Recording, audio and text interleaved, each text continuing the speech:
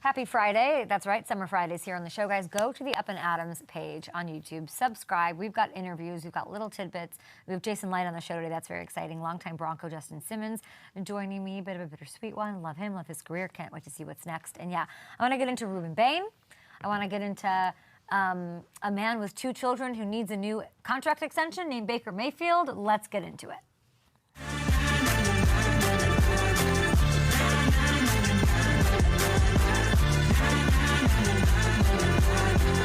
Fun one for you today, guys. Please go to the Up and Adams YouTube page. Give it some love.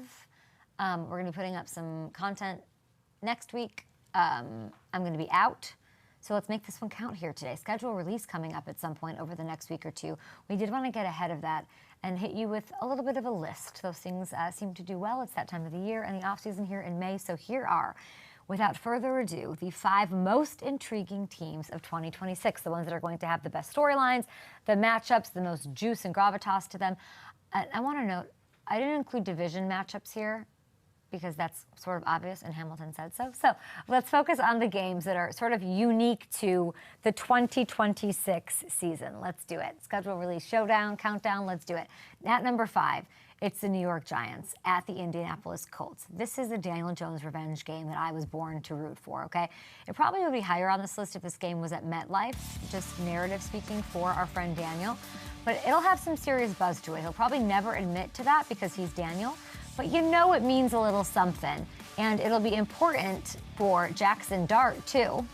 There's a little something extra to beating the guy you were chosen to replace, isn't there? You can make a movie about this. This is going to be a huge one for those back page narratives. So whichever way it goes, hopefully we get it scheduled in the middle of the season or later with Daniel coming off the Achilles. We can't have him missing this. Okay, game number 4, highly anticipated Bengals at Commanders. And this is just for popcorn. This is just for pure entertainment purposes. It's Joe Burrow up against Jayden Daniels. I shouldn't need to say this, but if you need a reminder of what happened, you're looking at it. Monday Night Football 2024. These 2 guys combined for over 600 yards of offense, 6 touchdowns, a combined 71 points in what was one of the most fun games of the entire year. And I think both of these squads a little bit better. The Commanders won that round. We'll see if Joe can get his done and figure that out. And this was prime time again. So Mike North, Overlords, making the schedule over there on Park Avenue. Give the people what they want. At number 3 on the list of what will for sure be the most intriguing, eye-popping matchups of 2026, how about Chiefs at Seahawks? That's what I think is the only correct choice for a kickoff game on that opening Wednesday night, the 9th, September. Be there. The return of Kenneth Walker, the Super Bowl MVP. You see him running into the end zone. Let's let him be on the sidelines and run up his attitude as a new Chief watching that banner be raised. When I talked to him the other day, my takeaway was he likes a lot of the players. He's for the players. I don't think he was thrilled. This is just me saying it, not him. I don't think he was thrilled with how it went down as a whole, okay? So I think he'll be shot out of a cannon anyway. And I think this is a revenge game. I do. And beyond that, I'm excited to see a nice little heavyweight battle du jour. To kick it off, Patrick Mahomes up against a Mike McDonald defense. Is there going to be a Chiefs helmet skull on the bottom of a totem pole of skulls for Seattle if they try to run it back? And they certainly are just as dominant as they were last year, even losing Kenneth Walker. They, of course, draft Jadarian, 32 overall. I think they're going to be really good. I think the Chiefs are going to have a better opener than they did against the Chargers last year. And these 2 teams don't face each other that often, so that's the scarcity of it is special, too. 2023 AFC Championship game. Wait, what am I saying about that? That's not the last time. That couldn't have happened. McDonald, yeah, when he was over there, of course, with the Ravens and company. So we haven't had a McDonald-Mahomes situation in a while, in 3 years. So I'm excited for that on Patrick's bid for 3 rings, which is great. Okay, at number 2, the Chicago Bears at the Bills. I need to be there. I need to see it. I haven't been to a Bills game in the longest. I mean, pure electricity for this one. I don't know if a quarterback matchup gets better than Caleb Williams and Josh Allen in this modern NFL. The highlights from this one are going to go crazy. there'll be at least one jaw-dropping signature play that we all remember 10 years from now. We might get two, one from each of these guys, looping for eternity on your Twitter and on your TikTok. And beyond that, I love a little DJ Moore revenge game situation. I think he cannot wait to start this season with these Buffalo Bills, and he's going to have this one circled once the schedule comes out. Could this be what I want to see in the Super Bowl? Maybe. This matchup, a little potential preview. Imagine. And so, Mike North, I'll say your name 90 times in this segment. Mike North, you're the man in charge. Please find a way to make this happen and make this in like the good winter vibes. Talk to those weather overlords and make it happen with, I want snow. I think this is saying we don't want snow. I want snow for this game. I think it makes it all the more iconic, and that those throws will still happen with the powerhouse athletes that Caleb Williams and Josh Allen are. Okay, and at number one, most intriguing matchups as we look forward to the schedule being released, I'm going to say, without question, it's Broncos at Pats, because, and this is without Jared Stidham this time, hopefully. No offense to him, of course, former Patriot. But the AFC Championship game last year, this was the biggest, like, what if, this was the biggest unfinished business, but it's the biggest what if for sure. And we'll never know what would have happened had Bo Nix been out there, and a regular season win wouldn't erase what did happen that day, the nightmare, at least if you're a Broncos fan. But I don't know. Patriot side, nice little opportunity for Drake May to show what he can do against a top-tier defense as that narrative continues to linger, fair or not. I also like some of the other matchups here. Waddle, the new addition, I think he's just going to be a total star week in year, week out this that year, this season, and he's going to get to hang out with his buddy, one of the best to do it, Christian Gonzalez, which I love after an entire training camp of practicing against Pat Surtain and getting even better than he already is. A.J. Brown against Surtain, anyone? Yes, please. How's that not done yet? I wouldn't mind having this one week one either, by the way, to the world. Just putting it out there. NBC. Sending it over to Sam and to Rick Cordell. I'd like that one. I like that one as my week one Sunday night. Just saying. So there you guys have it, my top 5 games of 2026. Let's throw in the honorable mention of Texans at Cowboys. Historically great defense against what might be the #1 offense in the league. The battle for Texas's team. Love that. Hard to leave that one off the list. What am I missing? Any other ones? Love this graphic, by the way. Okay.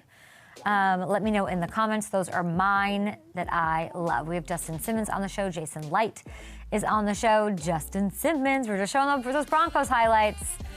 I don't know what to say. I'm not ready for this. We'll be back after this.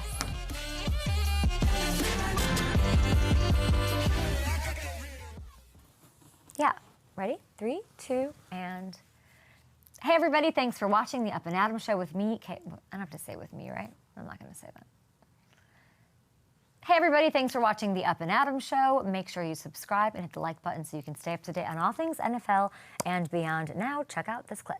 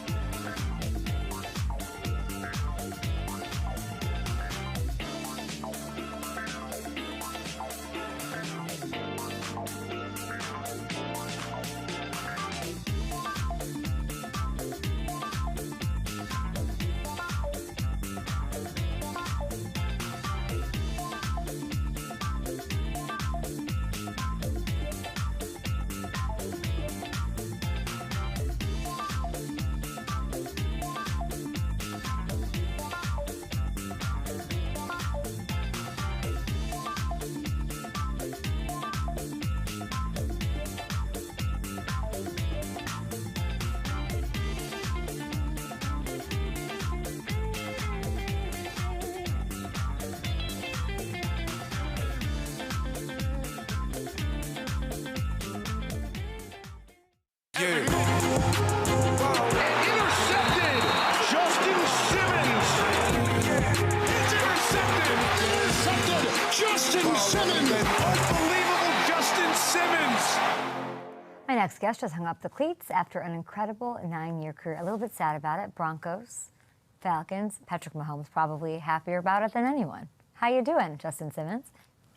Hey, how are you? Thanks for having me back. How does this feel for you? I feel like you've done a couple media hits. I've watched them lovingly from afar. What does this feel like now? Yeah, it's bittersweet. It's bittersweet right now. I had the chance last season. Still, you know, I don't know what came on the show and talked about it, but still trying to play, getting ready to play. But sitting on the couch on Sundays and being with the family, like each week, just slowly chipped away at my heart. And just now, I just got back from dropping my kids off at school, and I'm doing the whole dad mode thing. And so it's been fun. 32 career interceptions, top 15 all-time among safeties. So many beautiful moments. Is the door totally shut? How retired are you is always my question to guys like you. Oh, yeah. I was expecting that one. Yeah, so no, in about 5 years when, you know, like the medical stuff is up, as you see on the screen, I'm going to follow what Phillip Rivers did and come back and ask a team if they'll take a 37-year-old safety for, you know, a nice playoff run at the end. But no, as far as I'm concerned, it's all done. But I mean, that's okay. Well, let's not go 5 years here. Let's give you a more realistic scenario. Let's say it's January, nice and cold. The Broncos, snowing. They're a little banged up in the secondary. Sean just gives you a little inquiry. George says, just a little. Would you be interested in one last hurrah for a playoff push in 2026? Oh, if it was Denver, there'd be no doubt. I'm living in Denver right now. I'm planning on staying in shape. So I guess the doors creaked open just a tad. only if it's Denver. Only if it's Denver. If it's any other team, it'd be hard to be able to go out there and do that. Is it just a logistics thing? Why Denver? Just because you're there, or other stuff? Yeah, just because I'm there. It's my hometown team. When I commit to things, I'm pretty committed. So saying I'm retired is like I'm retired. You know, I don't want to go back on my word and things in that nature. But no, it's been a fun ride. I've absolutely loved every second of it. Things didn't always work out the way that I wanted them to, but nonetheless, I'm proud of all the things that I've accomplished. And you should be, and congratulations on an incredible career. And I'm a little bit sad, and I will miss seeing you out there. I'm going to leave that door ajar just a little bit as well for a potential January Super Bowl run for a contender. We've seen it before.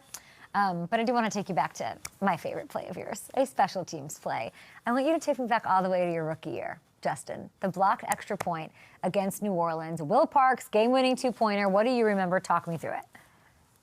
Well, I remember this is one of Sean's favorite plays. That's always a good one that he brings up whenever we talk. But I could just remember like the prep that went into that specific play. Like we had practiced this maybe a total of like 5 times, but it's been on the call sheet for like the last, I don't know, 3 or 4 weeks. And we never successfully got it done. Either like I mistimed the jump or my foot got caught and I like flipped over the line one time in practice. And I remember coach called the play. He's like, yeah, we're running it right now. We have to. And we all looked at each other like, all right. And lo and behold, we executed it to perfection. The guys up front got their hands in the right position. I was able to block the kick. Will got upfield and was able to, you know, pick up the block and return it. And it was just one of the craziest things. It's kind of like a blackout moment. Like once I blocked it, I was like, oh my gosh, what do we do? And thank goodness Will was the one that scooped and scored it because we really needed that one. This is the reason Sean's not calling. It's this play. Yeah. He must have, you guys talked about this play. This must have pissed him off so much. Yeah, you know, Sean is one of the most competitive people in the world. When he signed as the head coach at Denver, I was in the building. He had just did like his press conference in like some newsroom, and I was in the building, so I had walked over to go meet him. And it's like, hey, Coach, Justin Simmons. He goes, I know who you are, and your friend was wearing a white cleats, or else you know he stepped out. Like it was just like something like that is what he said. It was great. Let's talk a little bit about your Broncos. By the way, I love what you're doing just with media. You're over there. It's DNVR Sportsnet, right? Yeah, there's DNVR. Yep, Guerrilla Sports. Okay, Few things going on. What are you trying to do, Justin? Talk to me. Future.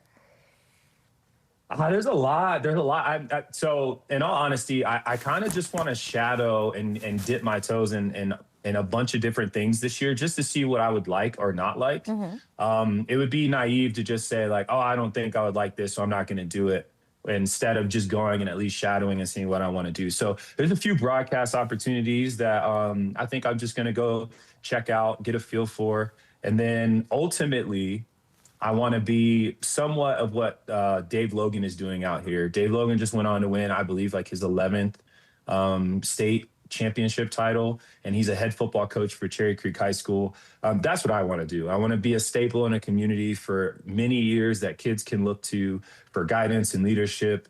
And yeah, just be, you know, someone that the community can rely on, and being a head football coach would be awesome. You want to be down the road. You want to be a head like down, how far down the road?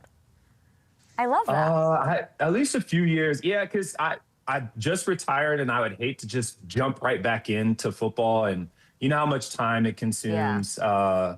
So yeah, I want to be able to do stuff with my family. I want to be able to be at events with my kids. So high school football coaching, I don't know if there's an exact timeline, but we'll say like maybe 5 years-ish. It just depends. You just started a new show. Tell me about this, because I know you have the work you're doing over with DNVR. That was like last year. And now the Weekly Cut with Louis Romero, which is, and you guys are like in a barbershop. Tell me about this.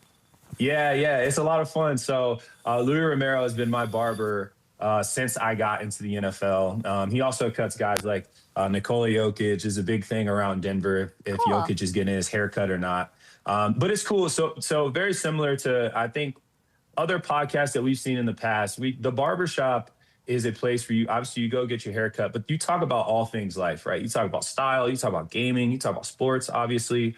And so we wanted to bring the barbershop to the screen and just have different guests on throughout the week, kind of talk about hot topics around the world.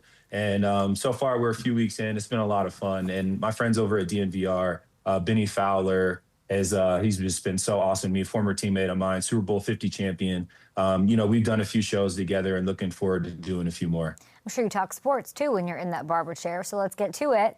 Put that analyst coach hat on, Justin, and talk to me about these Broncos. By the way, you love Denver so much. It's so nice.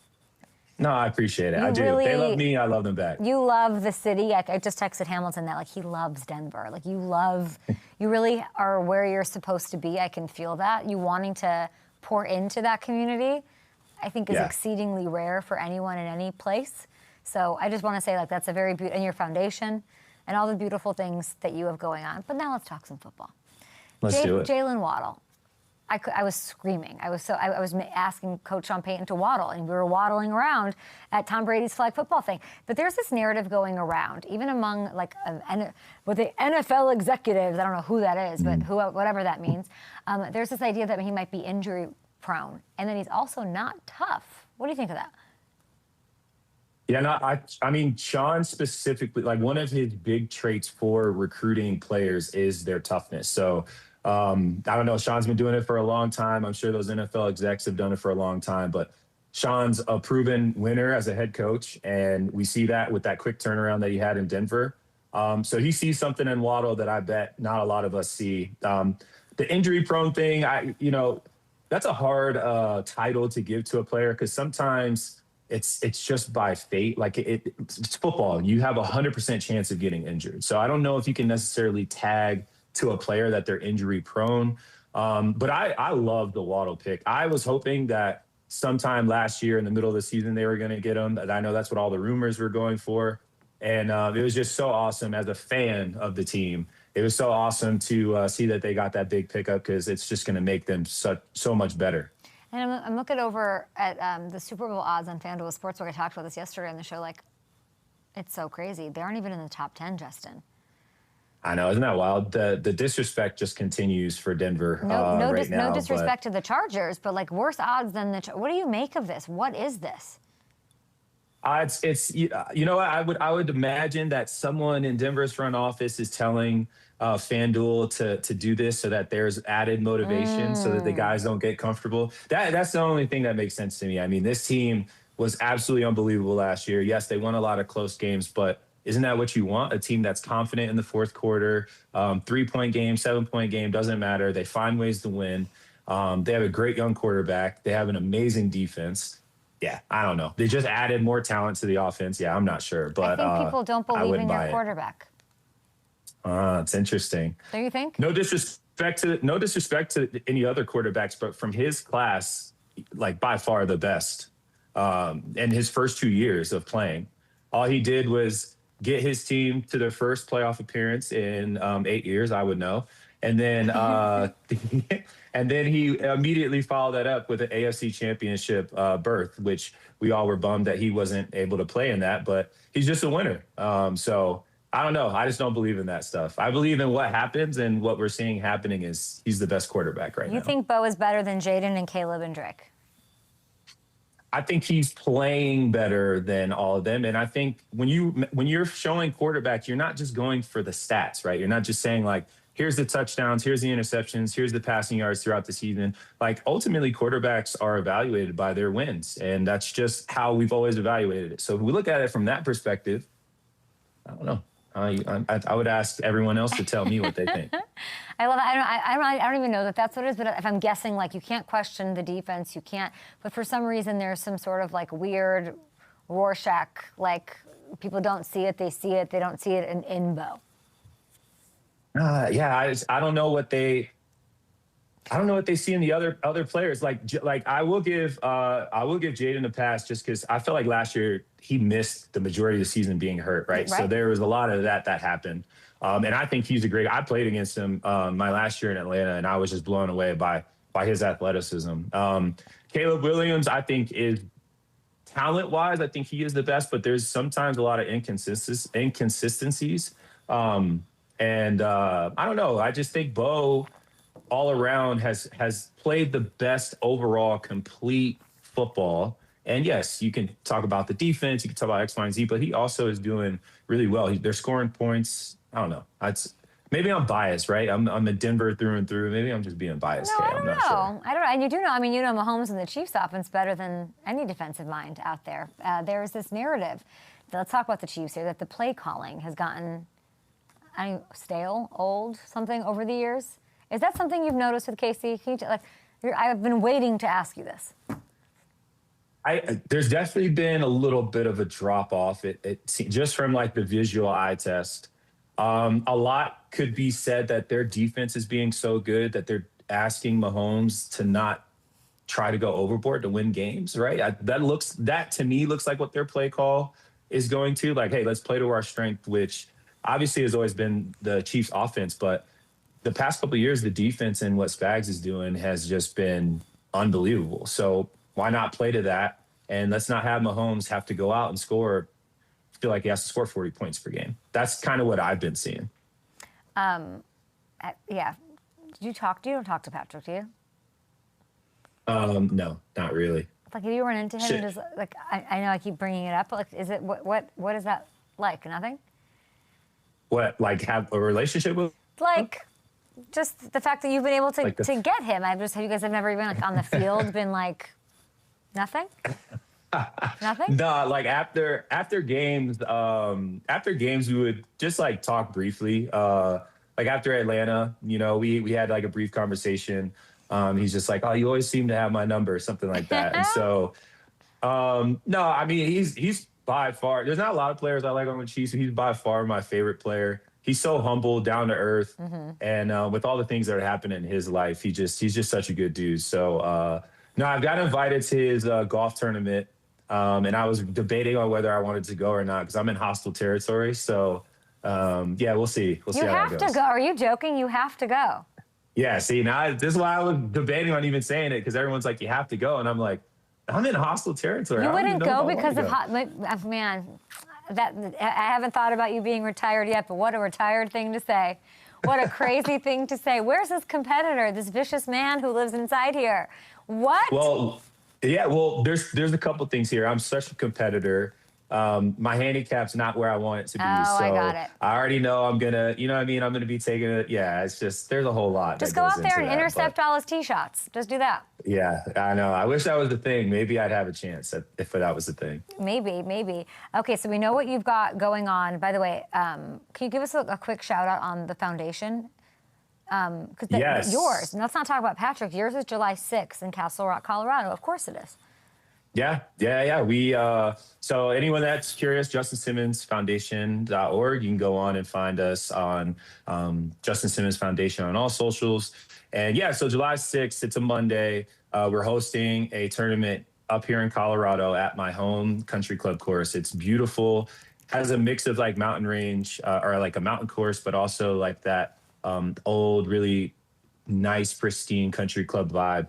And yeah, we're hosting the night. We're going to partner with Boys and Girls Club and Denver Public Schools Foundation, which is, they've done tremendous work. And so, yeah, we're shooting out invites. You can go to the website to go sign up and register. Thank you so much, Kay, for bringing that up and asking. Thank you, Jess. We're making TV break. Stay live on YouTube. We've got GM of the Buccaneers, Jason Licht, coming up. But I do want to ask you about, obviously, we're going to talk to Jason about the draft. Caleb Downs, safety. What do you like about him? Have you watched him?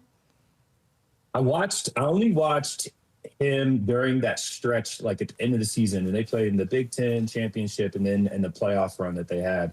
And it was, it's hard unless you're watching the All 22. But I will say the thing that I like most about him is his versatility. Mm-hmm. And I know the DC over at the Cowboys pretty well, and Christian Parker, who's my defensive backs coach for a few years in Denver.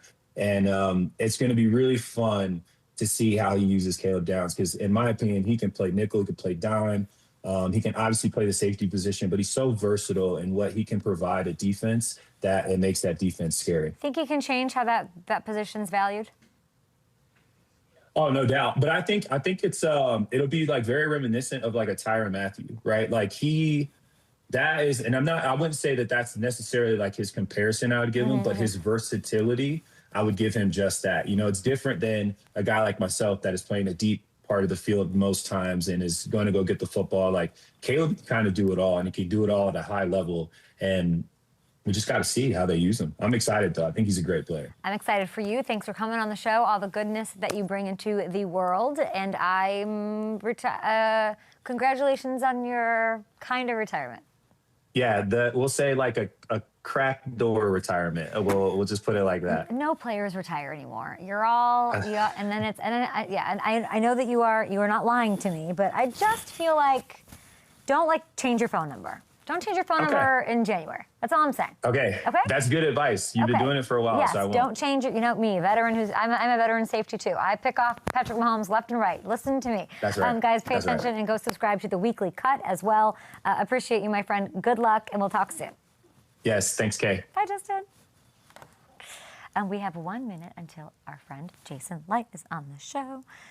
I don't know what Ham is saying. It was directed to 11 and...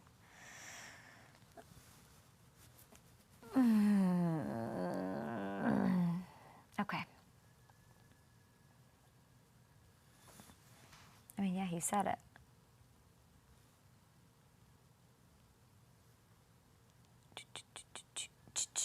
Okay, guys, it's our Friday.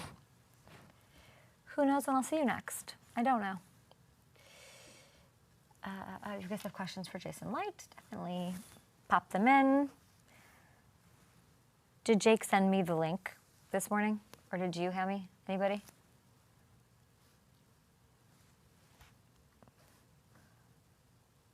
No. Can we get a little more consistent on that?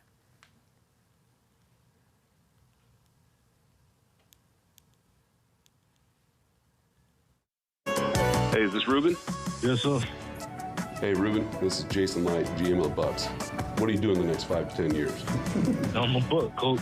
With the 15th pick, the Tampa Bay Buccaneers select Ruben Bain Jr., linebacker, Miami.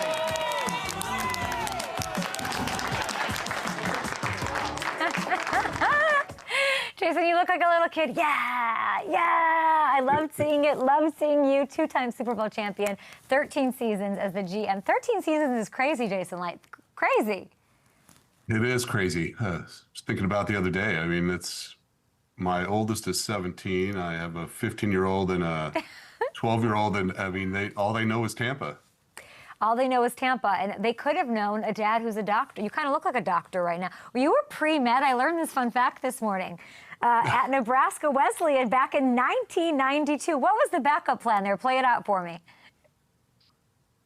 Well, I went in, I wanted to be I thought I wanted to be a small town doctor. I grew up in small communities my whole life, and I always thought that would be pretty cool. And I guess I liked biology and medicine and, chemistry and all those things. That was my forte, I guess, in high school. But then I just kind of stuck with it in college. It was cool to go to the bars and say that you were pre-med major. And, but I knew after my third year that it was something I probably didn't want to pursue. And I'd see all the scouts. I was at Nebraska first for 3 years as a backup there. And, or that's a nicer way of saying a blocking dummy.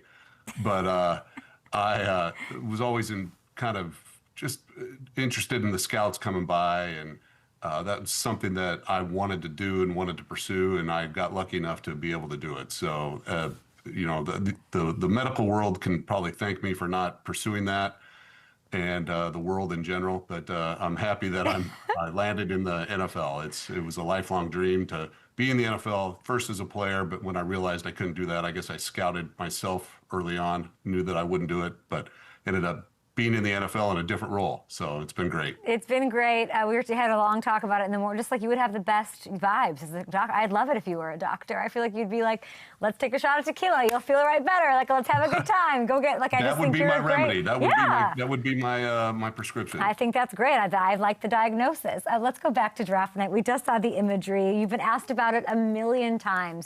But I kind of want to know, like, the emotional highs and lows, or like, the only thing I can relate to it, Jason, is like my fantasy drafts. And it's like, oh my God, is Ben Jarvis Green Ellis going to fall to me at 11? He's in my queue and I got to get to draft him. And that's sort of what you had happen. Jordan Tyson goes at 8. Cowboys take Caleb Downs at 11. And then the Ravens get on the clock. At what point take me through the emotional process of those like 3 picks leading up to you. Well, there's a lot of things that kind of happened and fell. I think all of these picks in front of us were awesome picks. I mean, we liked all these players, and every team has their own needs and everything that they look for in a player and how they're trying to build their team. But I think when we got to the Cowboys, moving up and then taking Downs, falling to them, and then didn't know what the Dolphins were going to do exactly, but we felt like they had so many options that they could go with. So when they drafted the offensive lineman, we felt like we might have a chance. And then when the Rams went quarterback, that's when I really thought, okay, we have a legit chance at here of him falling. And then all we had to do is get by the Ravens or hope that somebody wasn't going to jump in front of us and take the Ravens pick. They took Vega, who's awesome pick for them. That was a need for them. And then I think it really didn't hit until we heard their pick officially. And then that's when the heart started really beating. And that's when the roar outside the war room and inside the war rooms really started to reach epic decibels. And I really didn't want to waste any time. And I think I have Mike Beal turn in our picks, and I think he may have broke the keyboard by hitting enter after he typed his name in. So that was a moment I'll probably never forget. Just to know that you got a guy that you had in very few of your simulations and very few of your conversations coming up. We did talk about it, but when we talked about it, it was, if he's there, we're definitely taking it. We're not going to waste any time. As a guy who likes his AC/DC, goes to concerts and all that, you talking about the decibel levels being memorable, drafting him, that's high praise for RUEBEN Bain and everybody being so excited to embrace him there. What was the med school for him? What was the backup plan? If RUEBEN wasn't there, what were you looking at? Well, we talked about moving back to pick up, we had a group of players that we still really liked that we could move back, maybe pick up some extra picks or a pick and still get one of the 3 or 4 players that we really liked in that spot. So without naming names, you know, I don't want to dwell on the past. Let's just dwell on what happened, and we're really excited about it. And and then he gets to the obviously the draft stage, and he gets into the building. He's so all business. In interviewing him, all business, physical. He kind of cracked a smile. I'm looking for like levity in him. And I'm looking like with a microscope, and he kind of cracked a smile in one of the Tampa Bay social videos. What does that human side of him look like? Or is he just this one way that we've sort of seen? There's a smile, okay. You know, he's an old soul. He's all about business. He's all about football. He had a group of his family. They were awesome. His mom, his aunt, his father, his grandfather, and they were all the same. You could see why he is who he is. They were all very excited. I had him in my office for a little while, and everybody, you know, we were shaking hands, introducing each other, and he was staring out my window, looking at the practice field, and you know, doing this. And really? Oh yeah, and I think you can see that on our socials. I think they captured that. But he's ready to get to work, and I know that he's excited, along with all of our rookies coming in today to get started tomorrow, and I know we're very excited to get to work with him. What do you do during minicamp? You out there doing this? Like, what's your role when all this goes down? Do you just get to kick your feet up, hopefully, for a second? No, I'm out there with my whole crew. We're watching practice. We come back in, watch the tape. You know, it's that time of year when you get your new presents. You know, you get your new gifts, and you want to mess around with them. You want to see what you want to make sure that you were right with your evaluation. But it's the time of year where the glass is definitely half full. You're excited about seeing everybody and you know, you're hoping that they exceed your expectations, which happens in a lot of cases. And then the excitement just keeps raising. There's so much, I want to be like, but his arms, Jason, his arms are an inch and an eighth, whatever. You shut that down so well, and you talked about his get off and all the watching and the things that matter. Is there a measurement that is a deal breaker for you? It's a weird question, I know, but like, is there a measurement that you're like I would say, like, I'm scared of comedians coming on the show, so my team doesn't even bring them in front of me, you know? They're not even like, hey, do you want this comedian? Because they're, you know, is there that for you in a measurement? I don't want to see this measurement, anything under this I'm not okay with. Like, what is an undeniable deal-breaking measurement or attribute? Well, in this business, we have a lot of measurements, and we pay attention to all of them, of course. Mm-hmm. But disruption, sacks, pressures, just being a man-child on the field, that's the measurement I like. So, and he checked all those boxes. And I love that. And then Keontae and Trotter, which must be so like full circle and meaningful for you. Like, what is that like? I was fortunate to be around his father when I was with the Eagles, and he was such a force for us in terms of being a leader and just being a professional and being a great player. And see a lot of that in Josiah.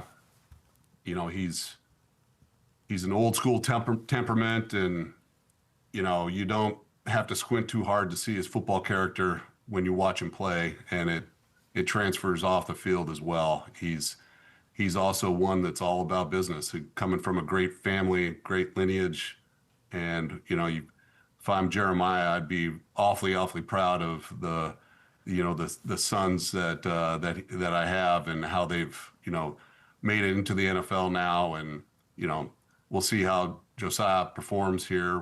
We're expecting big things from him, but one step at a time. What is it like to not have a window, Jason? There's teams that like, we're always out from the outside in, like they're in their window, but like your job is to not have one, and you don't. You didn't have one in New England when you were in New England, hanging out there. Then the most obvious low-hanging fruit of a window is when Tom leaves, but you didn't have, like, you never had a window that ended. It keeps going. You draft Emeka. I had him on the show this week. I love him. He's the perfect, like, natural leader. He's going to step in there and take that Mike Evans role and keep it going.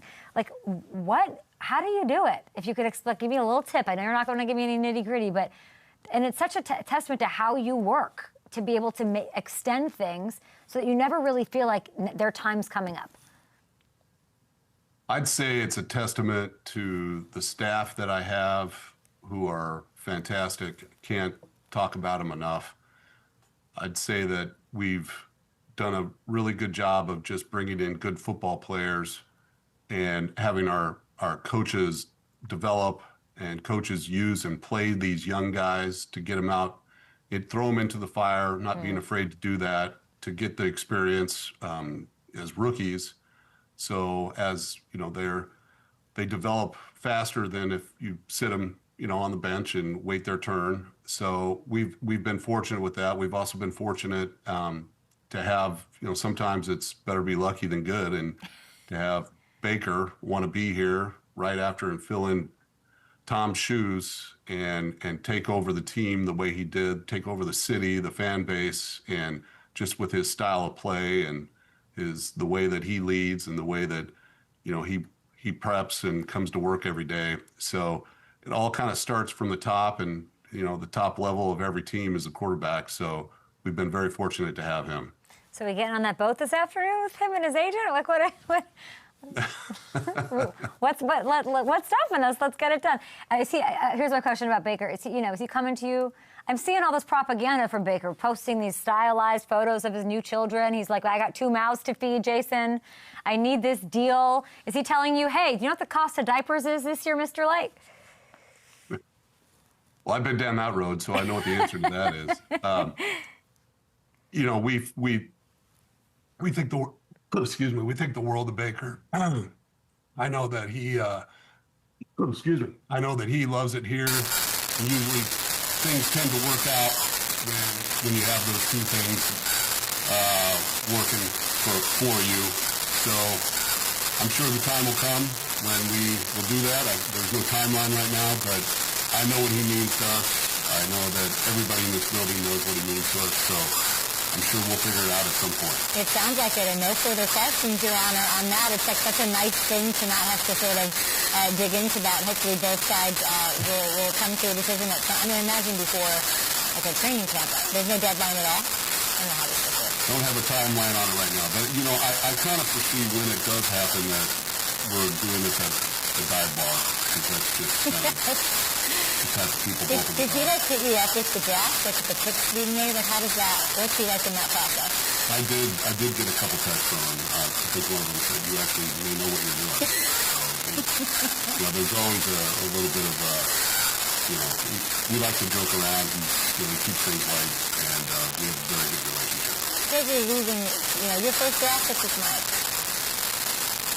What is that? Is that hard? What does it feel like? That's a big hole to fill, and you've done it brilliantly. Of course, we've just talked about even LAVONTE, there's a lot of extra cap and punch, as I understand it, nobody's touching that without him being there. How do you sort of personally deal with those departures? Both very tough. Mike being my first pick made it a little bit personally, tough to see him go. I'm always going to love Mike. Everybody here is going to love Mike. He's fantastic, awesome person, as well as obviously a very good player. He's going to be a Hall of Famer, no doubt. And then LAVONTE, even though, he was drafted by Mark Dominic before me, we had a great relationship. We had the Nebraska ties. I was close with his father. So both of them really, really hard to... I'd be lying if I said it was easy, and we just wipe the slate clean and move forward. But unfortunately, in this business, that's what you have to do. And right now, we're kind of focused on the excitement of this year, the young players that we brought in, the free agency class that we brought in, hitting the reset and getting going on this year. And I know that, like I said, there's a lot of excitement around the building, but happy for both of them happy for LAVONTE for being, comfortable in his decision. He felt like it was the right time. We had a long conversation. And then with Mike, he's not the first icon to leave his organization. For whatever reason it was, it was happy for him. We had a lot of conversations, happy for him, wish him continued success unless we have to play against the Niners. Yeah, that's very true. I keep seeing on your socials the jersey numbers are starting to trickle out. Jason, I've noticed nobody's taken 13 or 54. Are those off limits? I'm going to say those are off limits right now. Okay, I like that. Salute to you. I like that. You're adding pre-med. You're adding masterclass to your resume here. You have rookie camp that you're going to have to be down there and then watching tape. The Bucs National Coaching Academy got underway this year. It's year 3, which is amazing. And it's a program that was created by the incredible Glazer family. They're creating lanes, pathways for coaches trying to get into the NFL. Why did you want to be a part of this, and why is it so important to you? Well, when ownership approached us and started talking about, what the pathway is for coaches to get into the NFL, we realized that there's so many people out there, coaches, men, women from all over the country, all over different countries that don't have the resources to have the connections that a lot of coaches do here, and the way it's normally done. So, I think over the last we're in our 3rd year with it. I think there's been 3,000 applications. I think a lot of those people that we've had here over the last 3 years have gone on to do some really good things at their colleges, high schools, universities, promotions, things like that. So it's an awesome opportunity for them. But it's great for us to get these people in the building, 25. They're in the meetings, they're coaching on the field. I think Coach Bowles in the first meeting that we had with him said that, you're not here to just take notes, you're here to coach. So we're putting them to work, and after this weekend, we'll select a few of them to be with us during training camp, all through training camp, and 5 of them, and see where it goes from there. So it's even the ones that don't get selected, since we only have a few that we can, we'll keep in touch with. I know that they're forming relationships right now with all the position coaches and staff. So it's just a great opportunity for them to move forward in their career. This masterclass session, it's not just you. Of course, we have Tony Dungy, Rondé Barber, Todd Bowles, and yourself. What is the subject of your talk? They're just curious of what my job entails, what I do year round. The pressures, the stresses, the decisions that we have to make, how Todd and I work together, how our staff works, give them a front row seat and see how the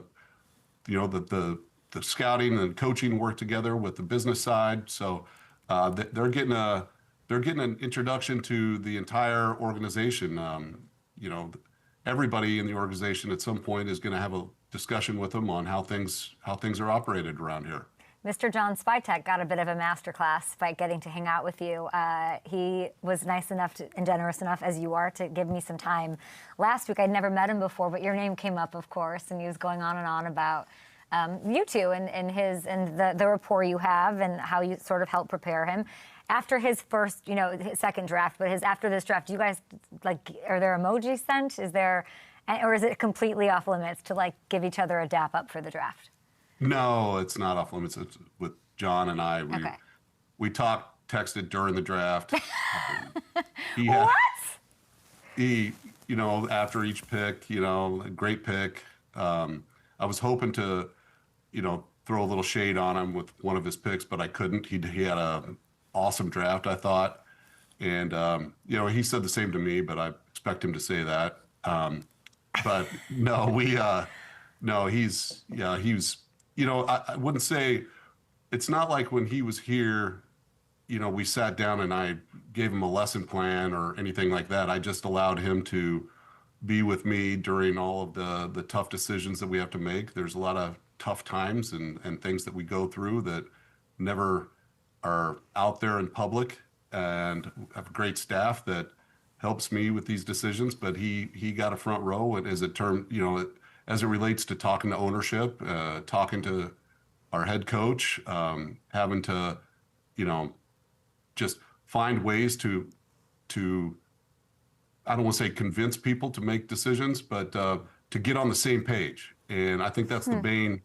The hardest part of this job is to make sure that you're on the same page, that you're rowing the boat the same way, and doing all those things so you can have success. And that's something that my predecessors, people that I've worked for in the past, allowed me to do too. So I make sure to do that for the staff here. I think that's so amazing. I think it came up because we were talking about like how nothing could have prepared him for that Max Crosby situation. He handled it so beautifully. You know, it's on the handbook. Like you can't teach some of those things, but I think what you're saying is just being aligned through osmosis and being able to handle what you don't even know could come your way and being aligned, like you just said you are with Todd Bowles. Todd Bowles, like, did he get you an edible arrangement for loading up his defense, or like what? You know, how happy is he? Happy to clam down there in Tampa? Well, he's very happy. That was the plan the whole time, is to, well, you have to hope the draft falls your way. You're not just going to be selecting, you know, players to fill positions just because you have to fill the position. You want to make sure that the players are players that you all are aligned with and you like, and it worked out that way. And it couldn't have worked out better for us at this time right now. We wanted to load up on the front seven, and this dates back to free agency too, to upgrade our, you know, front seven, the starters, depth, you know, the whole thing, and then also just pick really good football players. So we feel like we did that, but now they have to come in here and perform. So it's, you know, the excitement it still remains, but now the honeymoon period's over, and now it's do or die. I don't know if the honeymoon period ever ends with Jason Licht. You are such a good time. You're so human in connecting and being aligned with your team and everything. I just love talking to you. So thank you so much. And everybody can learn more, of course, about what the Buccaneers are doing with National Coaching Academy and giving meaningful, real opportunities to deserving coaches. Appreciate you so much, Jason. I appreciate you. Thanks for having me on. Thank you so much. We'll be back after this on the Up and Adams Show with Justin Simmons and the incredible, delightful Jason Licht. He's like a right? The greatest. They wanted to load up on defense, and they did. Him texting John is insane. That'd be like McVay and LaFleur after the first, like, after a drive being like, oh, like, I'm trying to think of a player, like, Cal, help me out, I'm trying to think. It'd be like, oh, couldn't stop Puka, great job. Like, what are we talking about? Nice one, buddy. Like, get you back in this second drive. Like, what do you mean? What do you mean, great interception of Davante Adams? I'm like, excuse me? That is wild to me that they do that. Great play call, hug emojis. What? But I like Jason because he didn't say everybody. He's like with John. And that's how that really is how it should be. And you have to be such a freaking G to be able to be like, great pick and still like, yeah. Yeah, what did he say about the arm length? And we just kind of dabbled, or I didn't really ask him, is this why he fell? He just said he was just over it. Mm-hmm.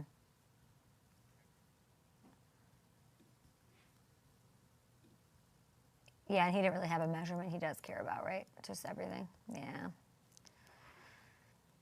Yeah, didn't have to ask that. Oh, well. Great. He said being a man-child on the field. I feel bad that I asked him about what his backup plan is.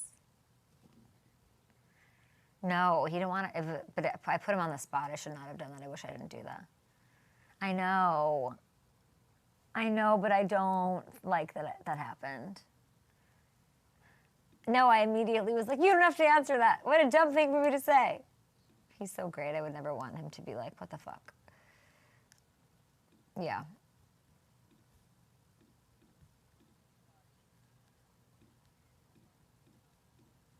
They're going to go to a dive bar and do his deal? Of course they are. How much, what do I have here? How many minutes?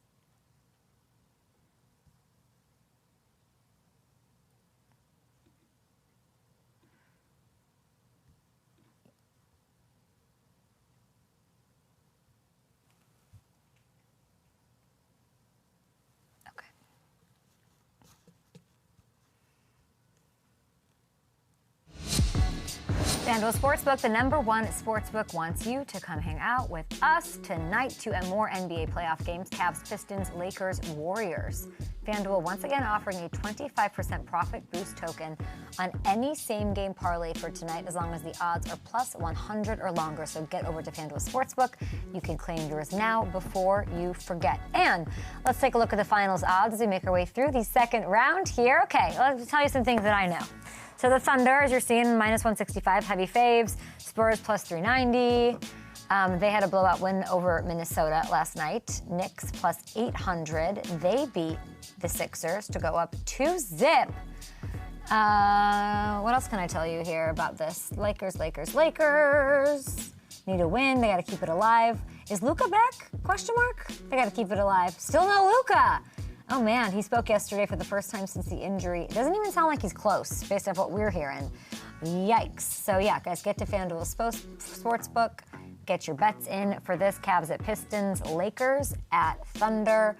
Love that. We'll be back in a little bit. Hopefully by this, here's what I'd like to have happen. Hopefully by the time we're back on the air, which is, I think, in a little over a week, I'd like Aaron Rodgers to just be like, with the team, one with McCarthy.